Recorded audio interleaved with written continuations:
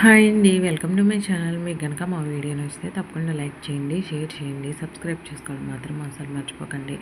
ఇంకా మళ్ళీ వాళ్ళ అన్నయ్య వాళ్ళ అన్నయ్య అయితే పోలీస్ స్టేషన్కి అయితే వస్తాడనమాట. మా ఆరాధ్యని ఏం చేసావు చెప్పు అని చెప్పి ఇంకా తన బేకైతే పట్టుకుంటాడనమాట.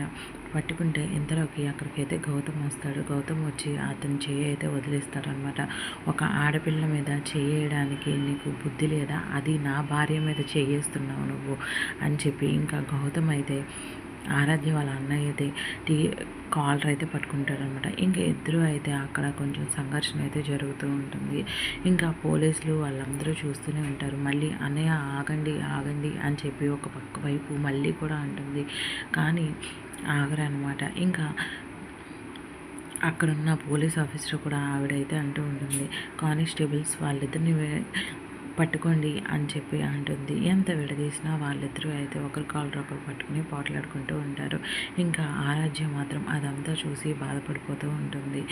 Thank you for watching. మీకు కనుక ఈ వీడియో నచ్చితే తప్పకుండా లైక్ చేయండి, షేర్ చేయండి, సబ్స్క్రైబ్ చేసుకోవడం మాత్రం అసలు మర్చిపోకండి.